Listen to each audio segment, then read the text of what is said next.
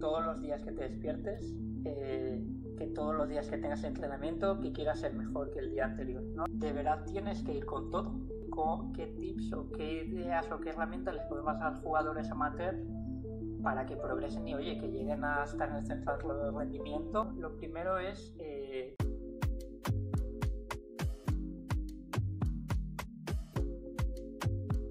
Hola, familia de Jugamos Juntos Badminton. Tenemos la ocasión de presentarles a Adrián Álvarez, una persona que es un apasionado del badminton como nosotros, y tengo pues muchísimas ganas de poder aprender con él pues algunos tips que nos va a dar. ¿Estás preparada, Ali, para ello? Vamos allá. Vamos para allá. Adrián, bienvenido a nuestro canal. ¿Cómo estás? ¿Cómo te encuentras? Muchas gracias. Nada, muy bien, muy contento. A ver qué nos depara esta charla, que yo creo que va a ser muy chula y que a la gente le va a molar y le va a sacar seguramente cosas nuevas que no sabían. Qué bueno. Pues Adri, siempre intentamos que nuestros invitados pues que se presenten con una frase y que aquellos que no los conozcan pues puedan conocer un poco más acerca de quién es Adrián Álvarez. Pues yo te diría que soy una persona apasionada del badminton desde siempre y que ha conseguido llegar a cumplir su sueño, que era entrenar y dedicarse al 100% a esto. Qué bueno, qué bueno. Y Adri, cuéntanos un poco de tu trayectoria antes de que empecemos ahí a meternos en cuestión con todo lo que le vamos a contar a nuestra comunidad de Jugamos Juntos. Cuéntanos un poco tu trayectoria, dónde empezaste y hasta dónde has podido llegar, Adrián. Sí, pues fíjate, yo empecé en el club de badminton de Paracuellos, allí hace ya un montón de años. Empecé porque había un entrenador que se llama Jaime, que nos vino a hacer una visita al colegio y fue el primero que me enseñó. Era la época, también estaba con Jesús Lorenzo, ya te digo, es de toda la vida. Y bueno, tuve un impasse de tiempo durante unos años y con un amigo mío que se llama Antonio, a lo volví otra vez a retomar el badminton y entrené con Sergio Llopis ahí en el club de badminton de Paracuellos. Sergio Llopis se marchó a Valencia con Loli y vino un entrenador que se llama Javier Gallego, que ahora está en Italia, que es el entrenador principal, y con él seguí un poco de jugador. Hasta llegó un punto que con 21 años vi que de jugador no me quedaba a gusto, no era bueno, no ganaba, y dije, oye, ¿por qué no me dedico a la parte? Qué bien. Antes que le tengo que agradecer enormemente a Javier Gallego que me diese la oportunidad, porque con él tuve una charla en unas colchonetas y dije, mira, yo ya no quiero ser jugador, quiero empezar a ser entrenador. Entonces con eso me permitió empezar a entrenar, ir a interterritoriales, que antes con el se busca campeón, que todavía sigue, pues había concentraciones territoriales, interterritoriales, nacionales. Entonces tuve la suerte de que me permitió ir aprendiendo, me fui a Ibiza, estuvimos allí, concentraciones nacionales, y tuve la suerte de llegar al Centro de Tecnificación Deportiva de Barajas con él, que estuve ayudándole un año y fue cuando más... Me ha hecho mucho impacto la frase, ¿no? De que en la vida cuando tenemos esos momentos que nos hacen clic, nos acordamos de todo y me ha hecho mucha gracia que recordabas hasta la posición en la que estabas sentado en las colchonetas cuando nos ocurren esas cosas, ¿no? Y qué bien que encontraras también otra forma de disfrutar del deporte, aunque no fuera dentro de la pista. ¿Sabes? Que muchos a lo mejor se hubieran ido y lo hubieran dejado del todo, no habrían seguido vinculados de ninguna forma. Al final, quieras que no, yo creo que los jugadores que no hemos sido tan buenos, pues como pierdes muchas veces, ¿no? Analizas todo porque he perdido, dónde he perdido, etcétera, y eso, quieras que no, te va llevando un poco al camino del entrenador, que al final te quiere decir, puedes ser un entrenador habiendo sido un muy buen jugador, puedes ser un muy buen entrenador habiendo no sido un buen jugador, y te quiero decir que al final esto es como te lleve la vida. Sí. Bueno. ¿Y cómo ha sido tu experiencia como monitor? ¿Cómo empezaste? ¿Cómo ha evolucionado? Pues fíjate, yo empecé pues de entrenador en el club. De ahí pude irme con Javier Gallego al centro de tecnificación y de ahí vi que, oye, que me estaba gustando, que me pasaba bien, que aprendía, que era capaz de aportar lo que el jugador necesitaba, o se supone que necesitaba, ¿no? Eso es muy importante. Que te dicen que sí, luego no, pero de ahí me ha llevado a poder dedicarme al 100%, o sea, a cumplir el sueño que tenía, que era dedicarme al 100% en Noruega, que he estado 5 años allí de entrenador. Wow, qué ya locura. hace unos cuantos años. Y sí, la verdad es que, vamos, también tuve la suerte de que me invitaran a estar ayudando en el centro de alto rendimiento, cuando la época de Beatriz Corrales, que estuve bueno. ahí con haciendo Darfish. Qué bueno. Y vamos, una experiencia increíble. También me ayudó Manuel Vázquez, que estaba ahí de jugador, entonces, ya te digo, he tocado muchos palos. ¿Y en Noruega, cuando llegaste, estabas como en un club ahí pequeño? ¿Era algo grande? Cuéntanos un poco más de esa etapa. Pues fíjate, cuando yo llegué a Noruega, a mí me contrató un club que se llama Vestlaker Badminton Club. Entonces, digamos que yo estaba allí de entrenador principal, solo estaba yo.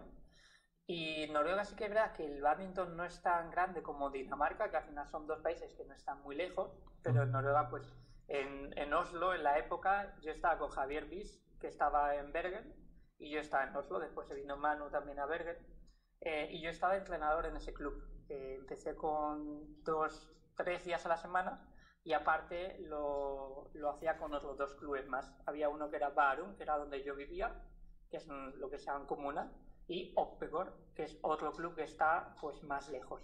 Pero vamos, entonces digamos que el club principal era Vestlaker y los otros 2 clubes eran más pues un par de días. Y es verdad que la idea con lo que queríamos llegar a desarrollar es crear una base importante de jugadores y de desarrollo de jugadores para que en un futuro pudiese haber un aporte a la selección nacional. Y es verdad que de los años que tuve la suerte de que algunos de los jugadores de Vestlaker llegaron a estar en la selección nacional. Qué bueno. 17, Qué bueno. 9. ¿Y a nivel de tamaño, cómo era el club? Pues fíjate, ese club empezamos con 80 jugadores, 80 licencias, y acabamos con unas 160. Es verdad que es muy diferente Noruega a España, porque allí en Noruega, por ejemplo, cuando había competiciones, los pádels se implican mucho y normalmente, como hace tanto frío en Noruega, pues todo se hace dentro de pabellones, pabellón de badminton, de handball, etcétera. Eran los propios padres y los hijos que llevaban tartas, entonces se ponía a la venta, o los mismos padres cocinaban y hacían la comida, etcétera. Entonces tú pagabas una cantidad muy barata y comías, entonces eso repercutía en que el club se desarrollase y tuviera más ingresos. Aquí podríamos hacer un tapeo también, ¿no? Totalmente, sí. Bueno. A veces cuando volví a España, muchas veces se lo comentaba a la gente, digo, me llama la atención que aquí no se preparen, pues, yo sé, pues unos platos, unas tapas, ¿no? Como has dicho tú, y por lo menos creas también mucho mejor ambiente. Sí, total. Pues sí. Oye, Adi, pues me gustaría, ya conociéndote un poco más de toda tu trayectoria, por donde has pasado, pues nos gustaría que empezáramos a contar a nuestra comunidad pues lo que teníamos preparado para hoy, que son empezar por esas pequeñas pinceladas de pequeños tips que pueden ayudar a los jugadores en base a toda tu experiencia, así que cuando quieras, vamos para allá con ello. Pues, a ver, tenemos que decir que esto lo hemos estado hablando, ¿no? Que varias ideas. Entonces, una de ellas era, pues, oye, ¿qué tips o qué ideas o qué herramientas les podemos dar a los jugadores amateur para que progresen y, oye, que lleguen a estar en el centro de rendimiento o que lleguen a su máximo rendimiento? Entonces, a mí se me había ocurrido, lo primero es que realmente tienes que tener amor por el deporte, amor por el badminton. Sabemos que es un deporte muy sacrificado, que al final pasas muchas horas en pabellones, sobre todo los fines de semana, que entrenas de a viernes, te tiras en el pabellón 12, 14 horas tranquilamente entre partido y partido. Entonces, que primero que tengan amor por el badminton, luego que de verdad crean y se crean que van a ser los mejores, porque al final un jugador que no se cree que va a llegar a ser el mejor, pues oye, puede ser que llegue, pero igual lo tiene más fácil que uno que no crea, ¿no? Y después que tenga consistencia y que de verdad sea un trabajador, un jugador que trabaje y horas y horas y horas, y que lo que le diga el entrenador lo crea y de verdad lo meta dentro suyo. Esas son unas, por lo menos lo que yo he pensado, que al final son cosas muy simples, ¿no? ¿Vosotros qué pensáis? No, pero muy simple, pero acabas de dar con tres claves, ¿no? La primera, la de que comentabas de creértelo, ¿no? Yo creo que si no te lo crees tú mismo, nadie te lo va a creer por ti, ¿no? Primero tienes que ser tú consciente. Y luego hablaste de varias cosas como la constancia y demás, que yo siempre pues defiendo a capa y espada, que me parece muy, muy complicado, ¿no? Sobre todo con esas horas de entrenamiento que comentaba, cuando entrenan ahí 4, 5, 6 horas diarias todos los días, y enlazándolo Sí. con lo primero, si no tienes amor por lo que estás haciendo y no eres consciente de que realmente estás haciendo eso porque quieres llegar lejos, es muy complicado mantenerte ahí, ¿no? No, Siempre tiene que totalmente. ser el Sí, punto de equilibrio de querer, porque hay mucha gente que a lo mejor quiere mucho, pero luego no se esfuerza lo necesario, entonces tampoco vas a conseguir tu objetivo. Tiene que ser una cosa sí, equilibrada de querer y trabajar para conseguirlo. sí, sobre todo yo creo también que de verdad tienes que ir con todo, ¿no? Porque esto es como, a ver, nosotros que ya tenemos una edad, pues cuando tienes que, o tienes una entrevista o algo, pues si de verdad no va todo en el proyecto, quizás es mejor que no te metas, ¿no? Porque al final Pues sí. vas a invertir un tiempo que quizás ese tiempo te viene mejor dedicándolo a otras cosas. O igual te puedes dedicar a badminton, pero igual, pues si tu meta es llegar a ser jugador de alto rendimiento, o como decía Carolina, ¿no? Quiero ser la mejor del mundo, tienes que de verdad dedicarte a esto. Vas a estar que sí, que no, creo que mejor no perder el tiempo. Y luego yo creo que también es importante, nosotros que hemos hablado con jugadores que han sido de alto rendimiento y que han llegado a tocar las puertas, ¿no? A ese punto de llegar a lo máximo, creo que también está el saber que eso va a costarte muchas cosas de tu tiempo personal, de tus relaciones, o sea, que es un sacrificio muy grande y que hay que estar dispuesto a hacer, porque muchos llegan ahí casi, pero cuando ven el gran paso que hay que dar, dicen, uff, no, esto no me renta tanto. No, totalmente, sí, sí. Ahora, al final, ser jugador de alto rendimiento, te quiero decir, no lo es cualquiera y no creo que todos estemos preparados para ello. Exacto. Así al final están, que ¿cuántos jugadores son que están en Blooming? Al final, no sé, bueno, que sean 15 jugadores a lo sumo. Claro. Es decir, no todo el mundo llega y algunos que llegan No aguantan. están. Es muy No, pero al complicado. final la exigencia es muy fuerte, es muy dura. Sí. Oye, me ha gustado mucho los tres conceptos que has nombrado, Adrián. Lo has dicho muy a la ligera, como si fuera, pero han sido sacados en base a experiencia, o sea que me han gustado mucho, me han gustado mucho. ¿Algún otro tips, Adrián, que podamos contarle a nuestra comunidad? Esto digamos que ha sido como las bases o los cimientos para que alguien pueda llegar lejos, que se lo tiene que plantear y cuestionar. Porque Y luego, en el día a día, ¿qué hay que hacer realmente para llegar hasta allí? Claro. ¿Tú qué crees? A ver, yo creo que lo primero es que todos los días que te despiertes, que todos los días que tengas entrenamiento, que quieras ser mejor que el día anterior, ¿no? Es decir, muchas veces en el entrenamiento tienes una parte de técnica, tienes una parte en estático, o tienes igual un ejercicio que es, pues hago un poco de desplazamiento, llego al centro, ¿no? Que sepas todos los días, si tienes la posibilidad de saber a priori qué tipo de entrenamiento vas a tener, pues obviamente puedes estar más focalizado. Y creo que una parte muy importante, que siempre lo digo a colación, que lo comentaba Fernando Rivas y Carolina, pero al final es la gran referente, es la visualización.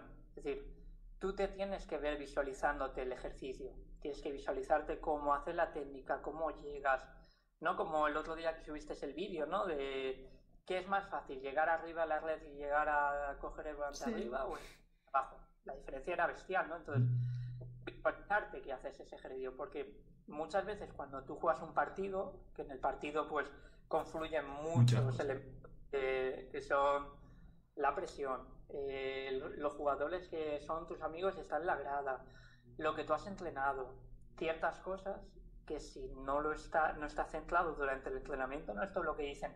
Si tú entrenas a 100% vas a llegar al 80% a la competición, pero si entrenas a 150% seguramente vas a llegar al 100%. Nadie te lo asegura, pero es más fácil, ¿no? Entonces, asegurarte de que cada entrenamiento que hagas es mejor que el anterior y que aceptes la frustración, ¿no? Que aceptes que puede ser que el entrenamiento que tú tenías una idea, el entrenamiento ha ido peor. Por X razón, ¿no? Por ejemplo, puede ser uno muy simple, que no te esté saliendo de desplazamientos, pues puede ser que sea porque no has comido suficiente o has comido demasiado.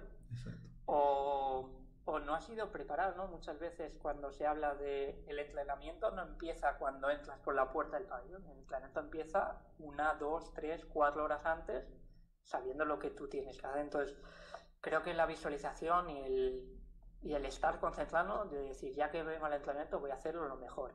Y sobre todo, que el entrenador que va a estar ahí te va a ayudar. Puede ser el mejor, puede ser el...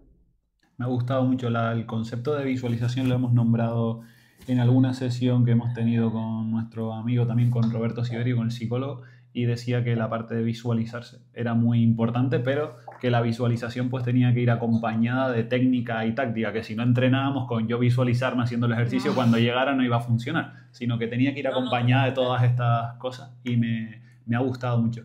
¿Y cuántos jugadores crees, Adri, que preparan el entrenamiento con esa antelación de la que tú acabas de comentar? Porque yo creo que la inmensa mayoría entramos por ahí por la puerta y dice, bueno, hoy toca entrenar, vamos para allá a ver qué hay. Es muy complicado esa preparación previa, ¿no? Pero creo que sí, creo que también que es verdad que al final es un trabajo que, oye, quizás el entrenador que tú tienes no está preparado, ¿no? ¿no? Al final la base de los jugadores, ¿no? Lo que se solía hacer era, pues empezabas por el colegio, te da una formación de bádminton, encuentras el bádminton, dices, guau, qué deporte más chulo. De ahí pasas a un club, del club igual estás entrenando y de ahí pasas a competición, de competición pasas a un centro de tecnificación, de un centro de tecnificación pasas a un centro de alto rendimiento, ¿no? La escalera o la pirámide, ¿no? Claro, hay muchos entrenadores que son monitores, que se han sacado el título de monitor, que quizás esos conocimientos no los tienen. Igual no tienen por qué tenerlos, también, ¿no? Por al final para eso están los niveles 1, nivel 2, nivel 3, la experiencia que tú tengas. Pero si tú de verdad quieres llegar a ser bueno, o por lo menos sueñas, ¿no? Que al final es muy importante soñar, pues quizás tener una estructura o si de verdad tú te lo puedes permitir, un psicólogo deportivo creo que se puede ser muy bueno. Al final todos necesitan psicólogo en la vida, ¿no? Y deportivo, pues... Pero yo podría decir eso, y también quizás que los jugadores o los monitores tengan un poco de formación en psicología deportiva, ¿no? ¿Cuántas veces nos ha pasado que estáis en un partido y de repente tenéis un entrenador atrás y en vez de animarte? Sí, tenemos muchos ejemplos y los hemos comentado muchas veces, ¿no? De hasta qué punto el gritar o el tratar hacia el jugador lo estás ayudando o no, ¿no? O lo estás hundiendo más. O lo estás hundiendo más todavía. Yo creo que también es importante un factor que son las excusas, porque muchas veces, claro, la gente cuando empieza a entrenar a lo mejor dice, bueno, pero yo voy a entrenar a este club y en este club no tengo el nivel suficiente. Bueno, antes de pensar eso, yo creo que puedes explotar al máximo los entrenamientos, que tú realmente te esfuerces, que si te dices, bueno, esta persona no metía los volantes perfectos, mi compañero, lo que sea, bueno, pues yo voy a ponerme más adelante y hacer desplazamiento más fuerte hacia atrás. O sea, que siempre le des una vuelta para no tener excusas de no, es que la culpa es siempre de los demás. Claro. Y que luego al final, lo que estabas comentando, o sea, pasamos muchas horas en pabellones, tienes contactos de sobra, puedes cuadrar para ir a probar a otro club, puedes intentar camelarte a otro entrenador para que te deje ir un día con ellos. O sea, se pueden hacer mil cosas que no creo que la frase, no, es que no puedo más porque... no es posible. Entonces, si tú realmente quieres avanzar, no deberían haber excusas. No, y al final, por ejemplo, Rafa Nadal, yo no le escuché nunca hablar de excusas. Exacto. Excusas para afuera, siempre hablaba suyo. ¿No? Al final, pues obviamente el deporte más cercano por potencia, que es verdad que ahora es el pádel, está pegando fuerte, pero siempre ha sido el tenis. El tenis, la diferencia del badminton, estás tú solo. Entonces tú te tienes que trabajar, entonces... poner excusas, pues obviamente, si hay una excusa es porque hay algo por detrás. Exacto. Y al final, ¿no? Eso muchas veces ha pasado, ¿no? Jugadores que quizás, porque quieren ser los mejores, no tienen un poco de prepotencia, ¿no? Pues eso obviamente creo que ahí el entrenador es el que tiene que hacerle ver, es decir, oye, mira, tú puedes pensar que eres tan bueno, pero... oye, objetivamente, por esto, yo no lo creo. Que puede llegar a serlo, sí, pero todavía no. Entonces, ¿no? El ajustar, ¿no? Porque hay muchas veces que lo que tú crees que eres no encaja con la realidad. Y al contrario también. Está muy guay. Estoy muy de acuerdo contigo. Me gusta ese término de que han utilizado de la prepotencia o a veces el creérselo en la pista, yo creo que también es muy importante, ¿no? Cuando sacas pecho ahí y te crees que eres el mejor, yo creo que esa técnica pues también mola y hay que hacerlo porque así tú mismo te vas transmitiendo ese mensaje. Sí, claro. Y de hecho puede dar un mensaje de que a lo mejor veo a Adrián ahí jugando y me lo veo y digo, jolín, el Adrián este que sobrado es. Pero luego, cuando realmente tienes curiosidad y rascas a ver quién es Adrián, te das cuenta de que es un niño, que es súper buena gente, que te pasa. Pero claro, cuando lo ves ahí en la competición, pues ahí hay que estar a tope y hay que creerse el mejor. Y veces que me gusta ese concepto. Y luego yo creo que también es importante, o sea, cuando hablamos de ser el mejor, estamos hablando de ser el mejor jugando a bádminton. No significa que las personas que tienen el nivel más bajo, que muchas veces pasa eso, que claro, dices, no, yo soy buenísimo jugando a bádminton y parece que es que tienes más valor como persona. Y para nada, o sea, eres mejor deportista de bádminton, pero eso no quita... No, eso es, y creo que es lo que he dicho al principio, ser buena persona. Sí. Exacto, eso es para mí lo más importante. Qué guay, qué guay. Al final, como todo en la vida, si no eres buena persona, al final te pillan, ¿no? Entonces, yo creo que... no sé, hay muchos jugadores de centro de alto rendimiento que yo conozco, pues que son muy buenas personas.